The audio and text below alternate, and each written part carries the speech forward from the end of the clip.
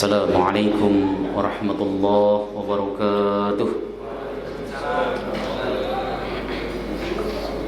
Innal hamdalillah nahmaduhu wa nasta'inuhu wa nastaghfiruh wa na'udzu billahi min shururi anfusina wa min sayyiati a'malina. May yahdihillahu fala mudilla lahu wa may yudlil fala hadiya lahu. Asyhadu an la ilaha illallah wahdahu la syarika lahu wa asyhadu anna Muhammadan abduhu wa rasuluh. Allahumma fasholli wa sallim wa barik ala hadan nabiyil karim nabiyyina Muhammadin sallallahu alaihi wasallam wa ala alihi wa sahbihi wa man tabi'ahu ila yaumiddin. Amma ba'd, fa ya ibadallah, usikum nafsi wa iyaya bi taqwallah wa ta'atihi la'allakum tuflihun. قال الله تعالى في كتابه الكريم وهو أصدق القائلين: يا أيها الذين آمنوا اتقوا الله حق تقاته ولا تموتن إلا وأنتم مسلمون. فإن أحسن الحديث كتاب الله وخير الهدي هدي محمد وشر الأمور محدثاتها وكل محدثات بدعة وكل بدعة ضلالة. Alhamdulillah, segala puji bagi Allah Subhanahu wa taala atas limpah nikmat yang diberikan kepada kita semuanya sehingga kita bisa kembali melaksanakan ibadah salat maghrib berjamaah disambung dengan halaqah sejenak dalam rangka membahas agamanya Allah Subhanahu wa taala. Salawat beserta salam mudah-mudahan terus tercurah ke pangkuan Rasulullah Muhammad sallallahu alaihi wasallam beserta seluruh keluarga beliau, sahabat, kerabat dan pengikutnya serta kita semuanya umat beliau, umat dakwah ijabah yang senantiasa istiqamah konsisten dalam menjalankan dan mengerjakan sunnah-sunnahnya hingga akhir masa nanti. Kembali kita akan membahas kitab Taisirul Alam Sarah Umdatil Ahkam, masuk kepada babu sholatil khauf, bab yang menjelaskan tentang sholat khauf, sholat dalam keadaan takut. Mudah-mudahan pemahaman ini menjadikan kita tambah ngerti tentang bagaimana luasnya syariat Islam, bagaimana syariat Islam itu mudah. Inna hadzal dina yusrun, agama itu mudah, tidak sulit. Jadi dalam keadaan eksidental, ada bahaya yang luar biasa, ada ketakutan yang luar biasa, dalam keadaan perang, ada gunung meletus, ada banjir, bandang dan sebagainya. Sementara kita berkewajiban untuk melaksanakan sholat, kerjakan sholat semampunya, sesuai dengan biqadri imkan, sesuai dengan kemampuannya, sememungkinkannya. Misalnya contoh, kita lagi dalam keadaan perang misalnya, nah itu ada aturannya, apakah pasukannya tersebut berada di arah kiblat ataukah membelakangi kiblat ataukah berada di arah selatan atau utara, itu ada tata caranya. Dan syariat itu begitu mudah, fleksibel, tidak meninggalkan perang juga tidak meninggalkan salat. Contoh lagi, ketika kita dalam keadaan ada gunung meletus, ada gempa yang luar biasa, kita dalam keadaan salat, maka syariat memberikan peluang untuk kita tetap melaksanakan sholat tapi juga menyelamatkan diri. Inilah mudahnya dan simpelnya Islam sebenarnya, tidak kaku. Bahkan di dalam hadis itu, Nabi itu diterangkan tatkala Nabi diberikan dua pilihan, ada dua pilihan dalam Sahih Bukhari, Nabi pasti akan memilih yang paling mudah selagi tidak dosa. Selagi tidak dosa, ada dua pilihan, si A misalnya opsinya A misalnya, yang satu lagi opsinya B misalnya, Nabi akan memilih mana di antara kedua perkara tersebut yang paling mudah selagi perkara tersebut bukan perkara maksiat, perkara dosa. Nah itulah agama itu mudah, agama itu sebenarnya lentur. Yang bikin kaku itu adalah pemahaman-pemahaman kita yang satu terkotak kepada satu pemahaman. Muhammadiyah misalnya terfokus kepada buku tarjihnya saja, seakan-akan yang di luar buku tarjih itu salah. Nah itu yang kemudian menjadi kaku. NU juga sama misalnya, terpaku kepada hasil bahsul masail misalnya, yang di luar itu seakan-akan keliru. Terus yang lain sebagainya. Ini yang tidak boleh terjadi. Kita wajib untuk meluaskan pandangan kita, memperbanyak literasi sehingga kita tetap konsisten terhadap apa yang kita yakini. Ini yang saya yakini dan ini saya amalkan. Tetapi kita tidak lantas mencaci, menuduh, menyalahkan, mengatakan kafir orang-orang yang berbeda dengan kita karena kita sudah tahu argumentasinya. Seperti itu. Ya. Islam itu mudah sekali. Babu salatil khauf, bab yang menjelaskan tentang salat khauf. Laisa laha sababun illal khaufa hadran aw safaran. Tidak ada bagi salat khauf itu sabab kecuali hanya ya memang takut itu saja, baik itu di rumah ataupun dalam perjalanan. Jadi tidak ada yang menyebabkan, apa sih yang menyebabkan bolehnya melaksanakan salat seperti itu? Tidak ada, kecuali hanya memang takut. Ada ketakutan, ada kecemasan, maka dalam kondisi seperti itu seseorang bisa mengerjakan sholat khauf, ya sholat, tetapi aturannya, ya aturan dalam kondisi khauf, tidak sebagaimana kondisi normal. Kondisi normal misalnya ya sholat kita kayak tadi maghrib itu kondisi normal, tetapi dalam kondisi-kondisi khusus kita boleh untuk melakukan banyak gerakan bahkan. Misalnya contoh yang tadi saya jelaskan, ada gempa. Kita sholat maghrib, kita kabur lari. Selagi kita tidak teriak-teriak minta tolong, kita langsung keluar ke lapangan, meneruskan sholat kita itu boleh sah sholatnya. Padahal kita sudah lari. Nanti berperang juga begitu. Berperang, yang satu sholat bersama Nabi dalam satu rakaat, habis satu rakaat dia langsung bergantian dengan temannya yang menjaga musuh. Yang demikian tidak batal, padahal dia bergantian menjaga musuh. Bahkan seandainya kalau terjadi perang yang sudah berhadapan, sudah saling tebas-tebasan pedang, itu apa namanya? Perang sudah terjadi pecah perang lah bahasanya ya. Sudah terjadi pecah perang. Satu sama lain sudah saling lempar panah, lempar tombak, lempar pedang. Dia sholat, kemudian dia menghadapi musuh, sementara yang menghadapi musuh kemudian gantian sholat, itu tetap sah sholatnya. Kenapa? Ya memang kondisinya demikian. Itu bukti bahwa syariat Islam itu luwes, lentur. Aslinya itu. Yang enggak lentur itu kita. Yang enggak lentur itu pemahaman kita, enggak luwes. Makanya kalau saya itu memilih pendapat-pendapat yang luwes selagi tidak ada nas loh ya. Selagi tidak ada nas yang mengatakan jelas. Saya ditanya semalam sama jamaah saya, Ustadz, bagaimana ini kita mengadakan sholat Jumat? Ya, tapi di sisi lain ada masjid dekat kita mengadakan sholat Jumat, suara adanya kedengaran sama kita. Ya, kalau kemudian itu kita laksanakan, kata seorang ustadz yang gelarnya LC katanya sampai begitu. Ya, dia mengatakan sholat Jumat kita menjadi tidak sah. Ya, kecuali takbiratul ihram kita duluan. Referensinya Kifayatul Ahyar, Fathul Mu'in dan sebagainya. Saya jawabi, saya faham dan baca juga referensi yang dikemukakan itu. Ya, secara aturan fikih klasik betul tidak sah. Ya, ini seperti ini nih. Al-Jihad ada, terus masjid ini yang sering kedengaran suaranya juga ada, masjid sono ada dan sebagainya. Itu kalau Jumatan ada satu yang sah, yang lain tidak sah menurut fikih klasik. Tapi saya bilang, saya mengikuti pendapat ulama yang mengatakan sah. Kenapa? Karena tidak mungkin saat ini untuk disatukan dalam satu tempat. Perkembangan manusia sudah banyak sekali, ya. Sudah banyak, kalau dikumpulkan dalam satu titik tidak mungkin, dan memang begitu. Banyak sekali kitab yang memperbolehkan, terutama kitab-kitab kontemporer ya, bukan kitab-kitab yang klasik seperti Syarah Yaqutun Nafis, kemudian dan dalam kitab-kitab yang lain yang saya baca itu memperbolehkan, ya, dengan catatan tadi bahwa yang komunitasnya, manusianya sudah banyak, ya, seperti ini padat, jangankan satu masjid, 5 masjid saja nggak muat, maka kemudian dikatakan semua Jumatnya tersebut sah. Saya memilih pendapat yang ini, kenapa? Ya karena ini yang paling rasional untuk zaman sekarang.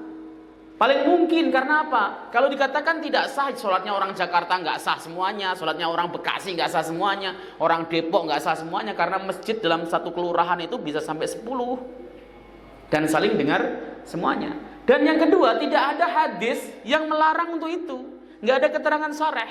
Berarti itu hasil ijtihad. Selagi hasil ijtihad, boleh nggak ada ijtihad ulama lain? Boleh. Dalam kaidahnya al-ijtihadu la yunqadu bil ijtihad. Ijtihad itu tidak bisa membatalkan ijtihad lain. Ijtihad itu tidak bisa dibatalkan dengan ijtihad lain. Dua-duanya jalan. Kalau Anda menganggap nggak sah, nggak apa-apa. Tapi saya memilih pendapat yang mengatakan sah. Itu yang disebut dengan luwes dan rasional untuk zaman sekarang. Kita itu harus rasional dan realistis. Wa hiya sabitatun bil kitabi was sunnati wal ijma'.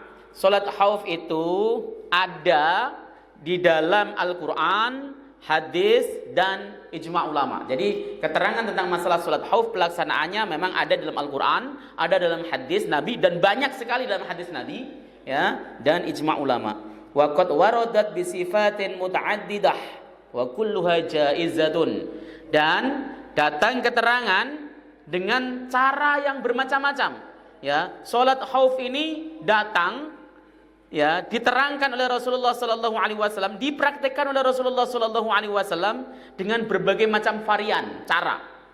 Di dalam syarah Bulughul Maram namanya Misbahul Dzalam syarah Bulughul Maram min Adillatil Ahkam, itu dikatakan bahwa semua cara, bahkan di situ dikatakan 6 cara Nabi sallallahu alaihi wasallam melaksanakan salat khauf itu semuanya boleh dilakukan, boleh diikuti dan boleh dipraktekkan. Kenapa? Nabi melakukan cara-cara itu tergantung bagaimana musuh yang dihadapinya, seperti itu. Jadi wa kulluha jaizah, ya, semuanya itu boleh untuk diamalkan. Ini yang sering saya sebut dengan mutanawwi' atau tanawwu'ul ibadah. Ya, tanawwu'ul ibadah itu variasi dalam ibadah, tetapi ada dalilnya. Boleh nggak kita melakukan variasi dalam ibadah? Boleh, silahkan. Tapi ada dalilnya. Karena ibadah itu harus ada dalil. Ya, ibadah mahdhah itu harus ada dalil. Ibadah mahdhah itu yang laha kaifiyah, ada kaifiatnya, ada tata caranya. Ya, laha al-arkan wa syurut wal mubtilat, misalnya dia memiliki rukun, syarat dan perkara yang membatalkan. Itu ada. Itu namanya ibadah mahdhah. Ibadah mahdhah ini yang harus ada dalil. Kalau tidak ada dalil pasti disebut bid'ah. Contohnya sholat khusus nisfu Sya'ban. Ada orang tiba-tiba mengatakan pas nisfu Sya'ban nanti, ini sebentar lagi kan, pertengahan Sya'ban. Ya.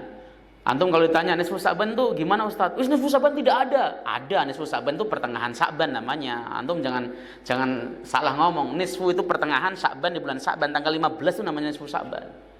Nisfu Sya'ban itu ada, tetapi tidak ada sholat khusus tentang nisfu Sya'ban. Dulu kan pernah diamalkan orang-orang Indonesia sampai pelosok kampung, di Jakarta juga ada. Setiap nisfu Sya'ban mengerjakan sholat nisfu Sya'ban 2 rakaat. Al-Imam An-Nawawi sebagaimana dikutip oleh Syekh Zainuddin Al-Malibari dalam Fathul Mu'in mengatakan itu termasuk bid'ah munkarah. Ya, setahu saya ulama yang memperbolehkan hanya Imam Ghazali dalam kitab Ihya-nya. Tetapi itu sudah dibantah oleh para ulama. Sampai di dalam kitab I'anatul Thalibin dikatakan la taghtar bi qauli man ajazah. Jangan kamu tertipu dengan orang-orang yang memperbolehkannya. Ya. Meskipun dia adalah seorang ulama hebat, Al-Ghazali itu ulama hebat, tetapi kalau apa yang diucapkan tersebut tidak sesuai, tidak ada dalilnya, tidak ada nasnya, dalam ranah ibadah itu tidak boleh diikuti. Maka dalam hal ibadah itu harus merujuk kepada dalil. Ada dalilnya enggak? Ya, ibadah ya ada. Kalau nggak ada dalil maka itu yang disebut dengan bid'ah. Ya, kalau tidak ada dalilnya. Makanya selagi tanawwu' ibadah, variasi ibadah yang macam-macam itu ada dalilnya, boleh kita pakai. Boleh. Boleh, satu sama lain berbeda boleh.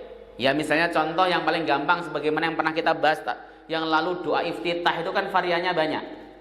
Boleh nggak dipakai? Semuanya boleh, silahkan. Ya. Boleh. Yang mau pakai Allahu Akbar kabira walhamdulillahi katsira subhanallahi bukratan wa asila, silakan. Tambah wajjahtu wajhiyal ladzi fataras samawati wal ard dan sebagainya. Ya, atau Allahumma ba'id baini, silahkan. Kenapa? Karena itu merupakan hal yang diajarkan Nabi sallallahu alaihi wasallam. Ada ulama yang kemudian menggabungkan banyak riwayat lalu kemudian diadopsi atau dikolaborasikan dan diambil satu kesimpulan. Ada yang memang menjalankan semuanya. Dan itu boleh. Kenapa? Karena warid dari Nabi SAW. Yang penting seperti itu. Meskipun sholat khauf ini banyak ragamnya, tetapi karena ada tuntunan dari Nabi SAW boleh untuk dipakai. Wa bima annaha syuri'at rahmatan bil musallin fi hadhi syiddati wa tahfifan anhum. Dan sesungguhnya sholat khauf ini disyariatkan sebagai bentuk rahmat bagi orang yang sholat. Rahmat itu apa sih? Apa yang disebut rahmat? Antum sering ngomong rahmat. Rahmat itu apa sih rahmat? Ar-rahmatu hiya nikmat al-makrunatu bita'zimi wa takrim. Itu definisinya. Rahmat itu nikmat yang dibarengi dengan takzim dan takrim, pengagungan dan pemuliaan. Ya, kita diberikan rahmat oleh Allah Subhanahu wa taala untuk mengerjakan salat khauf, itu rahmat. Coba seandainya tidak diberikan tuntunan oleh Allah Subhanahu wa taala melalui Rasulullah sallallahu alaihi wasallam, bagaimana mengerjakan salat dalam keadaan perang? Kita main salat sebagaimana biasa saja, ya kita habis ditembus panah, Pak. Musuh sudah menguasainya.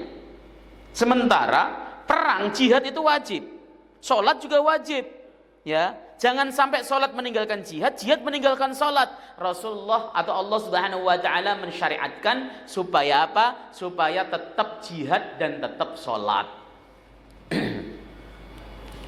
Antum tahu enggak? Itu urusannya nyawa loh, jihad itu. Tetap wajib salat, apalagi cuman antum pulang kampung naik bis, naik apa namanya? Naik kereta, apalagi cuman sibuk gara-gara nungguin toko, enggak ada yang jagain, apalagi alasan-alasan yang sifatnya nggak sampai taruhan nyawa, itu tidak diterima. Ya, sholat itu boleh ditinggalkan cuma dalam kondisi dua. Yang pertama ketiduran, yang kedua kelupaan, udah selesai. Selagi masih ada nyawanya, sholat itu nggak boleh ditinggalkan, nggak pakai alasan. Oh, Bapak, celana saya kena najis, nggak ada celana lagi. Sholat semampunya tetap. Kan bisa dilepas. Kamu masuk kamar mandi, dilepas, bersihin najisnya, selesai. Ya. Wah, nggak ada, Pak, nggak ada kamar mandinya, penuh ngantrinya sampai panjang. Kalau saya ngantri, saya nggak sempat sholat. Ya sudah, sholat dengan pakaian najisnya, lihurmatil waqt. Nanti ketika sudah selesai di jalan, asal di rumah, Anda melaksanakan muaddah. Selesai, gampang syariat itu. Ya, sholat itu ibadah yang paling penting. Ibadah, tidak ada ibadah yang pentingnya, kemuliaannya, keagungannya mengalahkan sholat, nggak ada. Haji itu kalah dengan sholat. Yang pertama, haji itu kewajibannya sifatnya tarohi. Haji itu kewajiban tarohi, Pak. Boleh ditunda. Bapak punya duit sekarang, tapi pengen hajinya tahun depan atau tahun 2030. Boleh nggak? Boleh. Boleh. Dengan catatan satu, duitnya untuk pergi haji utuh, disimpan secara utuh. Nomor dua, Bapak tidak kena penyakit yang mematikan. Ya, penyakitnya misalnya kanker stadium lanjut, ya pergilah haji. Ya. Tapi kalau dalam kondisi-kondisi normal, haji itu boleh ditunda. Wah, Ustadz jangan ngarang, masa haji boleh ditunda? Rasulullah Shallallahu Alaihi Wasallam ketika Fathu Makkah, menundukkan Mekah, datang dari Madinah ke Mekah itu di bulan Ramadan. Tanggal 20 Ramadan, Mekah ditaklukkan. Rasulullah tinggal di Mekah sampai bulan Syawal. Syawal itu bulan haji atau bukan? Bulan haji, Pak.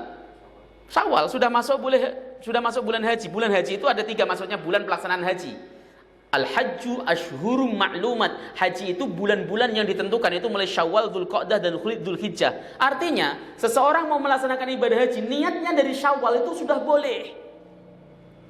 Antum misalnya gelombang 1 datang langsung ke Mekah misalnya, antum melaksanakan umroh. Umroh yang jadi rangkaian haji, karena antum mau melaksanakan haji tamattu, itu sah, boleh, padahal umrohnya di bulan Syawal. Boleh.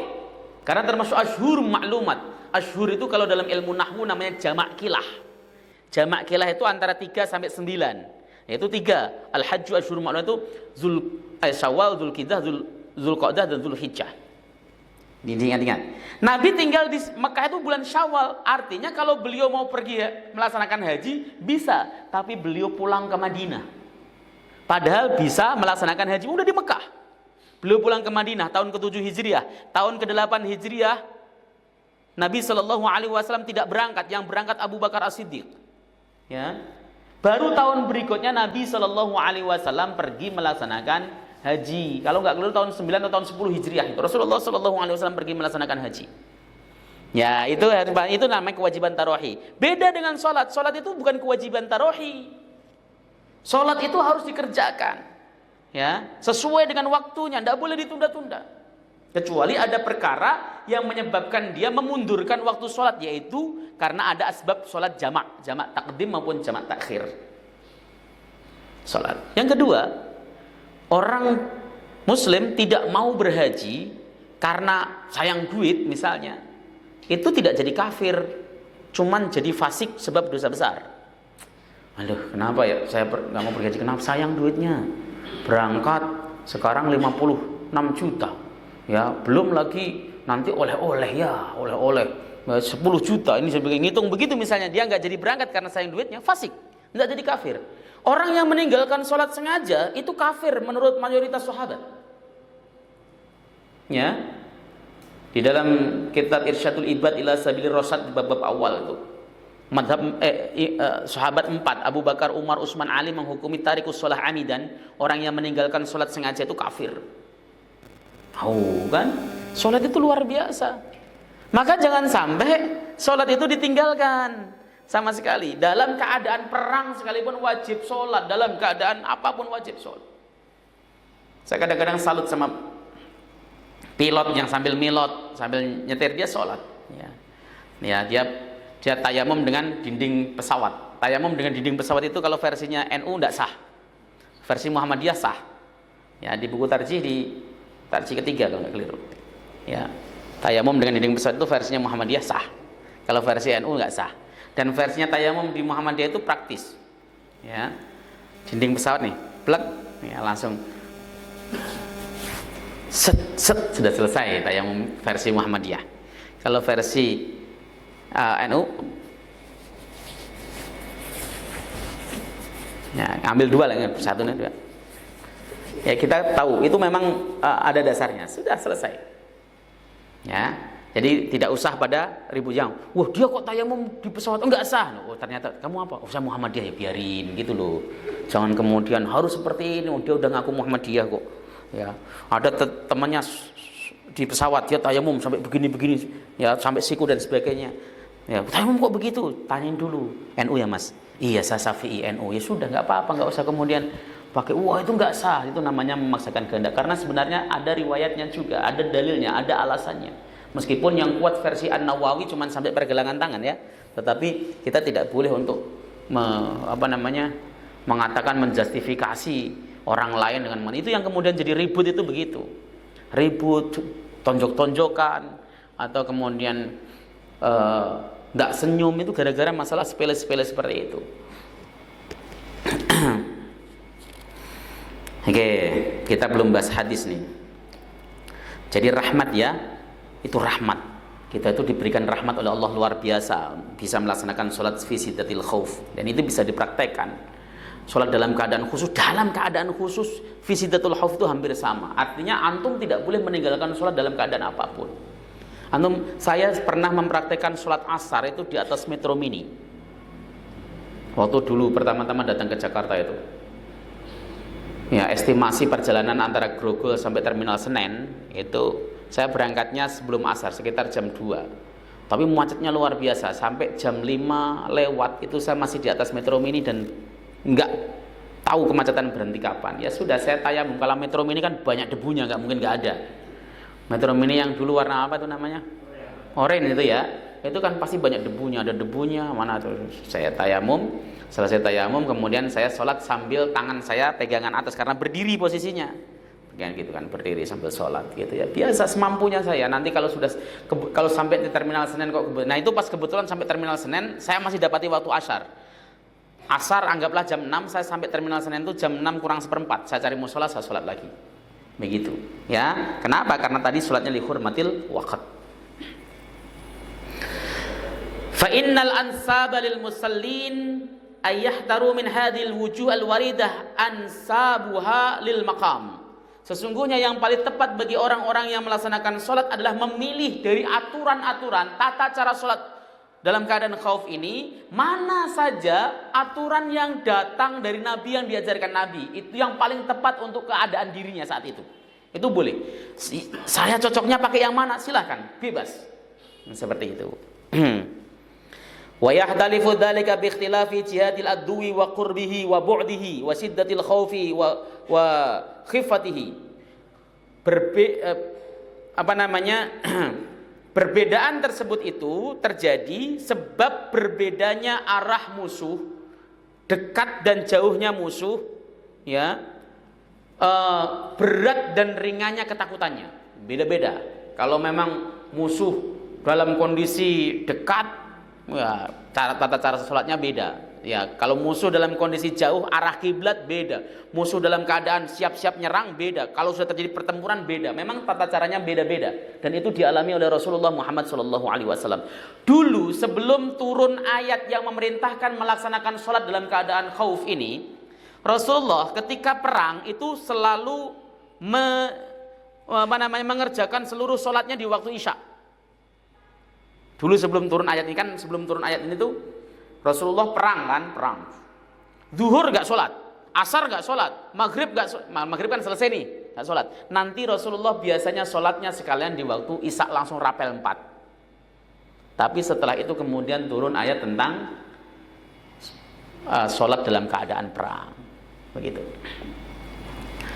Baik, al-haditsut tasi' wal arba'un ba'dal mi'ah. Hadis yang nomor 149 an Abdullah bin Umar radhiyallahu taala anhu. An Abdullah bin Umar bin Khattab radhiyallahu taala anhuma, dari Abdullah bin Umar bin Khattab radhiyallahu taala anhuma. Qala, beliau berkata, shalla bina Rasulullah sallallahu alaihi wasallam salatal khaufi fi ba'di ayyamihi allati laqiya fiha al-adu. Faqamat ta'ifatun ma'ah, ya. Allati laqiya fiha al-aduwa, boleh. Nabi sholat bersama kami dengan sholat dalam keadaan khauf, takut, di sebagian hari-hari beliau, di mana pada hari beliau bertemu dengan musuh, laqiya fihal aduwa. Faqamat ta'ifatun ma'ah, maka berdirilah sekelompok bersama Nabi sallallahu alaihi wasallam. Jadi misalnya ada pasukannya Nabi misalnya 100 orang, ya. Sekelompok orang dibagi dua. Sekelompok orang, 50 orang itu sholat berjamaah bersama Nabi.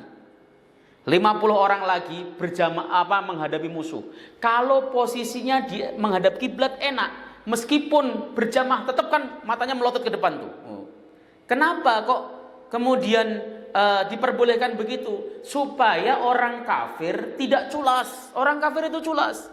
Tahu kalau sholat kan mana mau dia nunggu-nunggu. Mumpung nih lagi pada sujud, tembakin lagi pakai panah, dilemparin pakai tombak. Makanya syariat mengatur. Kalau pas menghadap kiblat enak posisinya, tapi kalau membelakangi kiblat, ya Nabi menghadap ke arah kiblat, pasukan sebagian itu tetap memantau peperangan, ya, menjaga kalau musuh culas, ya. Sementara yang separuh lagi sholat bersama Nabi.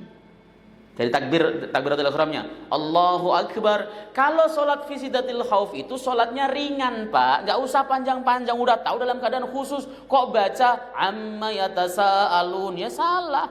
Baca wal asri saja dalam keadaan khusus, ya, seperti itu. Tadi saya ngaji Zoom pagi hari tadi, membahas masalah sholat tarawih, ya. Kadang-kadang di kita itu ada orang yang idealis, ya kita melaksanakan sholat tarawih sebagaimana sholatnya Nabi sajalah, bacanya panjang-panjang begitu kan.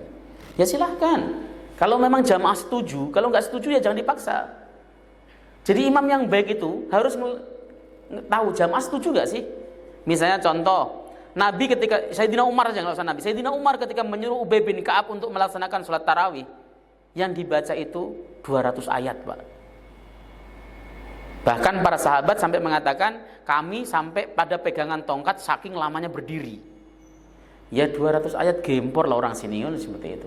Kepanjangan dikit juga nggak pada suka.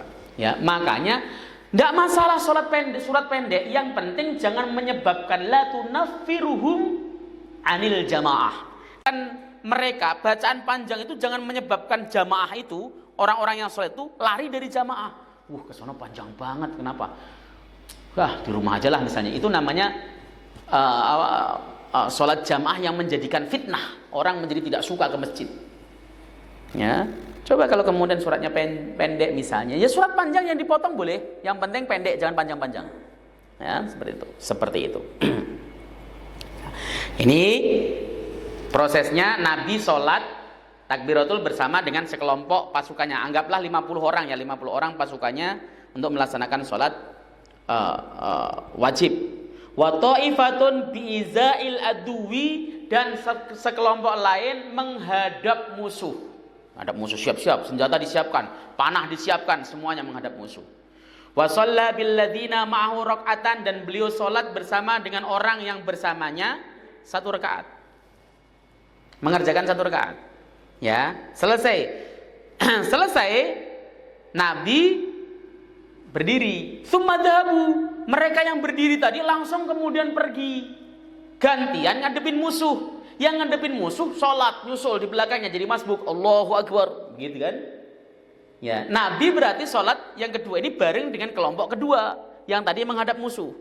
Ya, ini wajal khorun wasolat bim rokatan. Datanglah kelompok yang lain tadi yang asalnya jaga dan sholat bersama Nabi 1 rakaat. Ya, fafadot at-taifatani rakaatan waqadot taifatani rakaatan. Dan 2 kelompok tadi itu menyempurnakan 1 rakaat lagi. Ini contoh nih. Prakteknya begini. Nabi sholat. Ini perang, ini pasukan karena menghadap di sana ya, misalnya menghadap ke timur, ini pasukannya di sini. Ya pasukan musuh. Nah, Nabi sholat menghadap sini. 1 kelompok itu di belakangnya Nabi berjamaah. 1 kelompok lagi menghadapi musuh begini. Nah, 1 kelompok yang berjamaah bersama Nabi melaksanakan sholat 1 rakaat. Ya, bareng. Pada saat selesai sujud kedua, Allahu Akbar, mereka langsung bergantian untuk menghadapi musuh, sementara orang yang menghadapi musuh ini langsung menjadi masbuk pada Nabi. Ya kan? 1 rakaat kan?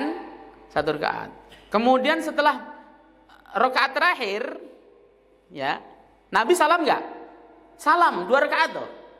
Ya, Nabi salam. Assalamualaikum warahmatullahi. Assalamualaikum warahmatullahi. Yang kelompok ini ngapain? Nerusin. Ini yang tadi pertama kali menjaga itu nerusin 1 rakaat nambahin 1 rakaat. Setelah salam, ini kemudian menghadap ke sana, menghadapi musuh, sementara yang tadi berjaga, shaf yang pertama yang tadi berjaga itu kemudian menyempurnakan sholatnya 1 rakaat lagi. Disempurnakan sendiri tanpa Nabi Shallallahu alaihi wasallam karena Nabi sudah salam. Itu versi 1.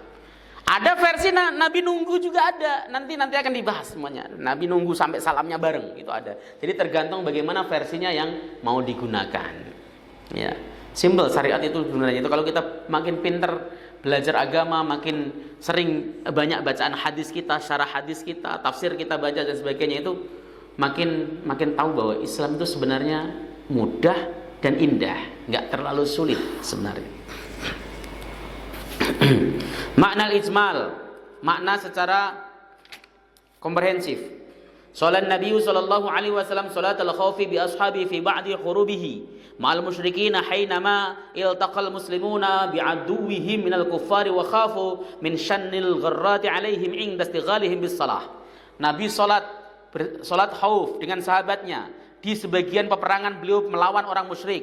Ya, ketika beliau kaum muslimin bertemu dengan musuh-musuh mereka dari kalangan orang-orang kafir, dan mereka khawatir ada tipu daya, kelicikan musuh jika ya kaum muslimin semuanya sibuk mengerjakan sholat, takut ditikam dan sebagainya. Maka faqasama Nabi sallallahu alaihi wasallam as-sahabat ta'ifatain. Nabi membagi sahabat menjadi 2 kelompok. Sahabat-sahabat yang perang bagi 2 kelompok. Ta'ifatun qamat ma'ahu fi shalah. 1 kelompok berdiri bersama Nabi melaksanakan sholat. Wa ta'ifatun wijahul adwi. Sementara 1 kelompok menghadapi musuh. Yahrisunal musallin, mereka menjaga orang yang sholat. Fa shalla billati ma'ahu rakaatan. Nabi sholat dengan orang pasukan atau kelompok yang bersama beliau 1 rakaat. Summa dhahabu. Kemudian yang 1 rakaat ini selesai bersama Nabi, dia kemudian pergi menghadap musuh. Wahum fi sholatihim, dan mereka tetap dalam keadaan sholat. Padahal dia ngadepin musuh membelakangi kiblat misalnya, tapi tetap posisinya dalam keadaan sholat, masih sholat. Ya, maksudnya itu nunggu gilirannya lagi. Waja'at at-ta'ifatul lati lam tusalli. Kemudian datang kelompok kedua yang tadi tidak sholat, nggak sholat karena dia jaga musuh. Ya, wa shalla biya rakaatan, dan Nabi sholat bersama kelompok ini 1 rakaat. Summa sallaman Nabiyyu sallallahu alaihi wasallam, kemudian Nabi melaksanakan salam. Faqamat ta'ifatu allati ma'ahu akhiran faqadat ar-raka'ah al-baqiyah 'alaiha. Lalu berdirilah kelompok yang bersama Nabi yang terakhir. Maksudnya kelompok ini yang tadi awalnya jaga, bukan kelompok yang bersama Nabi sholat di rakaat pertama. Yang asalnya jaga ini, dia berdiri. Untuk apa? Faqadat ar-raka'at al-baqiyata 'alaiha. Dia menyempurnakan sholat 1 rakaat lagi. Lalu salam. Artinya selesaikan sekalian kelompok yang kedua. Summa dhahabu lil hirasah, kemudian mereka pergi untuk melakukan penjagaan kembali. Wa qadat at-taifah al-ula ar-raka'ah allati 'alaiha aidan. Kemudian kelompok pertama yang sholatnya bersama Nabi pertama tadi menyempurnakan lagi 1 rakaat. Lalu mereka salam. Seperti itu. Jadi simple artinya. Orang kafir itu penakut. Padahal kalau dilihat-lihat ya, kalau dipikir-pikir, yang dihadapin kan cuma separuh. Tapi mereka tidak mau, nggak berani karena takut aslinya orang kafir itu. Itulah salah satu bentuk pertolongan Allah Subhanahu wa taala kepada Rasulullah Muhammad sallallahu alaihi wasallam. Ma yu'khadh minal hadis, apa sih yang bisa dipelajari atau diambil dari hadis ini? Apa? Yang pertama, masru'iyatus sholatil khauf inda wujudi sababiha, disyariatkan salat khauf tatkala wujud sababnya. Hadaran aw safaron, baik itu di rumah ataupun di perjalanan. Tahfifan 'alal ummati, sebagai bentuk keringanan atas umat Islam ini. Wa ma'unatan lahum 'ala jihadil a'da, dan pertolongan bagi mereka untuk membantu untuk melawan musuh. Di dalam hadis lain, Nabi Shallallahu Alaihi Wasallam itu ketika melaksanakan sholat itu sering menunggu matahari bergeser ke arah barat. Nabi itu sering ketika mau mulai perang, ya, itu beliau lebih suka menunggu ketika matahari ke arah barat dan angin telah berhembus. Yang pertama, waktu itu adalah waktu selesai melaksanakan sholat zuhur. Nabi dan para sahabat selesai melaksanakan sholat zuhur. Orang kalau sudah melaksanakan sholat, Pak, melakukan kegiatan-kegiatan lain itu tidak ada beban, rasanya plong, nggak ada pikiran. Bapak nih mau kerja nih, sholat dulu, itu kerjanya juga plong. Beda dengan orang kerja mikir, wah sebelum sholat nih, buru-buru, nggak asik. Yang kedua, nunggu angin berhembus. Itu tujuannya adalah membuat rasa tidak menderita atau membuat rasa nyaman bagi pasukannya Nabi. Ya, angin berhembus itu kan adem. Kita tahu gurun pasir itu kan panas. Angin berhembus itu adem, sehingga semangat dan spirit mereka terdorong. Dan angin itu, menurut para pakar hadis seperti Ibnu Hajar, beliau mengatakan itu adalah angin pertolongan dari Allah Subhanahu Wa Taala. Karena biasanya dari seluruh peperangan yang Nabi lakukan setelah sholat duhur, setelah waktu duhur, dan menunggu angin berhembus, itu Nabi mendapatkan kemenangan. Seperti itu, ya, itu biasanya. Makanya disinilah hebatnya kita dituntut untuk melaksanakan syariat dalam keadaan apapun. Kalau kita tetap melaksanakan syariat dalam keadaan apapun, maka akan dapat pertolongan dari Allah Subhanahu Wa Taala. Di sini juga dikatakan tujuannya adalah ma'unah, ya, pertolongan bagi kaum muslimin untuk berjihad. Allah akan hadir, Allah akan memberikan pertolongan. Begitu. Ini diingat-ingat. Jangan sampai aktivitas kita apapun itu justru meninggalkan sholat. Berarti kita sedang mengabaikan pertolongan Allah. Termasuk diantaranya ketika walimatul urus, pernikahan. Orang banyak sekali ketika nikahin anaknya, ngawinin anaknya dan sebagainya itu nggak pada sholat. Kenapa? Alasannya karena ini baru dipasang make upnya dan sebagainya. Makanya yang paling tepat ketika mau melaksanakan resepsi itu seperti itu, bubarannya jangan terlalu sore. Jam 2 udah selesai, setengah 2 udah selesai gitu kan. Ya, makan siang selesai, udah selesai pulang supaya bisa melaksanakan sholat. Itu solusi pertama. Kalau memang pelaksanaannya di rumah atau tidak di tempat, ya atur waktu sholatnya. Dan ikutilah pendapat ulama, ya, yang memperbolehkan melaksanakan sholat jamak karena ada hajat. Sholatnya bisa dijamak. Ya. Itu pendapat Al-Imam An-Nawawi, Ibnu Hajar Al-Asqalani di dalam syarah Fathul Bari, ya. Beliau mengatakan bahwa kan ada hadis Nabi Shallallahu Alaihi Wasallam itu pernah melaksanakan sholat jamak tidak dalam keadaan safar, tidak dalam keadaan sakit, dan bukan karena hujan. Ya, ketika ditanya kenapa, Ibnu Abbas, itu riwayat Ibnu Abbas ditanya kenapa Nabi melakukan itu, ya Ibnu Abbas, ya Ibnu Abbas. Ibnu Abbas menjawab bahwa itu adalah rahmatan li ummati, ya, lil ummati Muhammadin. Jadi rahmat bagi umat Islam. Ya, makanya jadikan solusi. Ada hajat, ada hajat. Ada hajat itu ada kebutuhan. Toh pernikahan kan tidak setiap hari, tidak setiap waktu. Bisa kalau anaknya cuma 4 ya 4 kali, maka boleh melaksanakan sholat jamak karena ada hajat. Tetapi seyogyanya dilakukannya jamak takhir, bukan jamak takdim. Seperti itu. Takutnya apa? Takutnya uzurnya itu hilang di tengah jalan.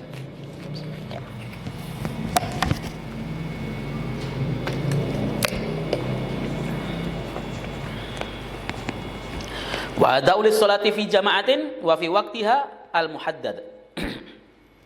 Dan melaksanakan sholat berjamaah di dalam waktunya yang ditentukan atau dibatasi. Ini hebatnya. Padahal kalau seandainya sholat sendiri-sendiri kan bisa. Ya, sholat sendiri. Atau sholat dibagi per kelompok kan bisa. Dibagi misalnya udah 10 orang sholat gantian, itu kan bisa. Nabi membagi 2, kenapa? Karena sholat bersama Nabi itu keberkahan. Ya, kenapa Nabi gak mau? Kamu sholat dipimpin Abu Bakar, kamu dipimpin Utsman. Kenapa? Dipimpin beliau sendiri. Itu untuk mendapatkan pertolongan Allah Subhanahu Wa Taala. Ya, seperti itu ya, dahsyatnya Rasulullah dalam menjaga jamaahnya.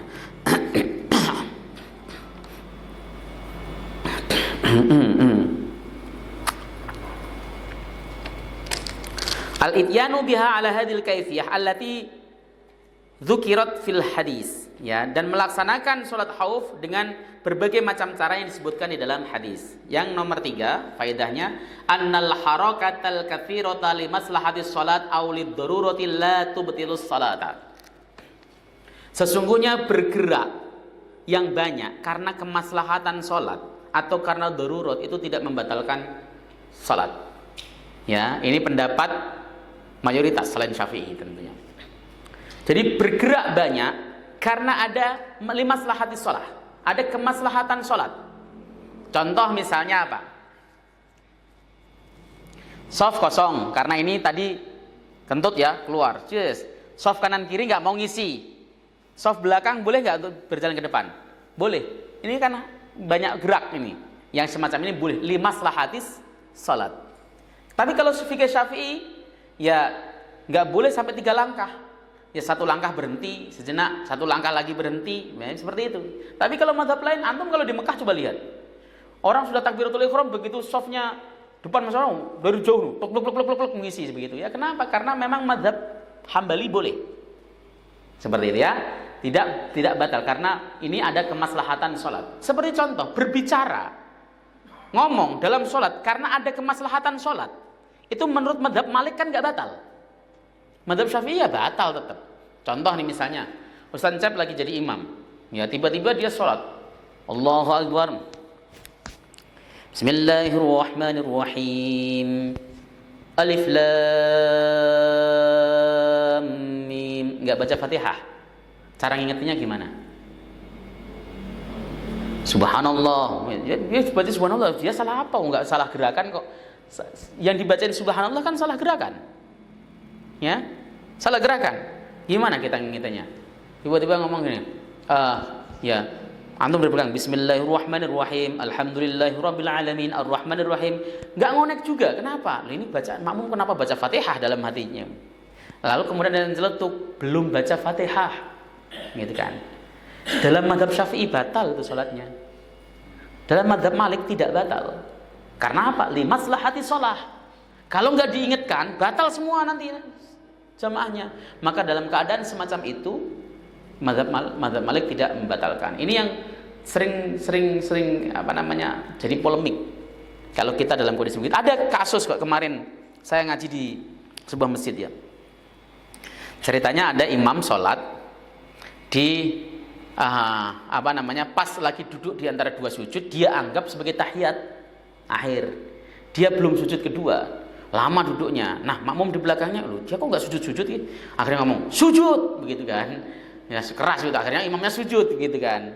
Nah, bagaimana posisi imamnya? Posisi yang menegur tadi. Dalam perspektif fikih Syafi'i, kalau niatnya menegur itu mengingatkan, nggak boleh, bisa batal. Versinya Malik saja boleh, ya nggak batal. Sujud, gitu kan? Itu kan sujud kan nyuruh, sujud loh bahasanya kita kan begitu. Nah, itu yang menjadikan batal versi Syafi'i. Oke. Kemudian yang keempat, al-hirsus syadid ala ityani bis sholati fi waqtiha ma'al jamaah. Ya, motivasi yang luar biasa untuk mengerjakan sholat di waktunya dan dengan berjamaah. Wa qad samaha bi adaiha ala hadhi sifat muhafadzatan ala dzalika. Dan Allah atau Rasulullah memberikan kemurahan untuk mengerjakan sholat dalam keadaan seperti ini, tadi berjaga dan sebagainya, itu karena menjaga jamaah dan menjaga sholat di awal waktu. Ya.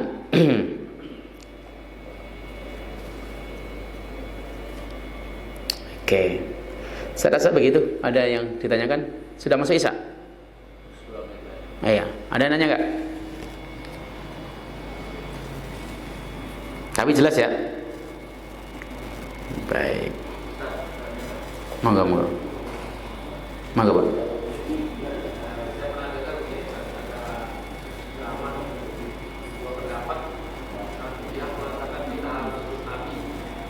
Kalau saya itu ikut ulama itu kawasan dua anak ini mana ya?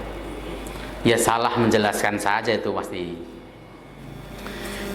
Ikut ulama boleh, yang penting ulama tersebut itu dia berdalil dengan Quran dan hadis.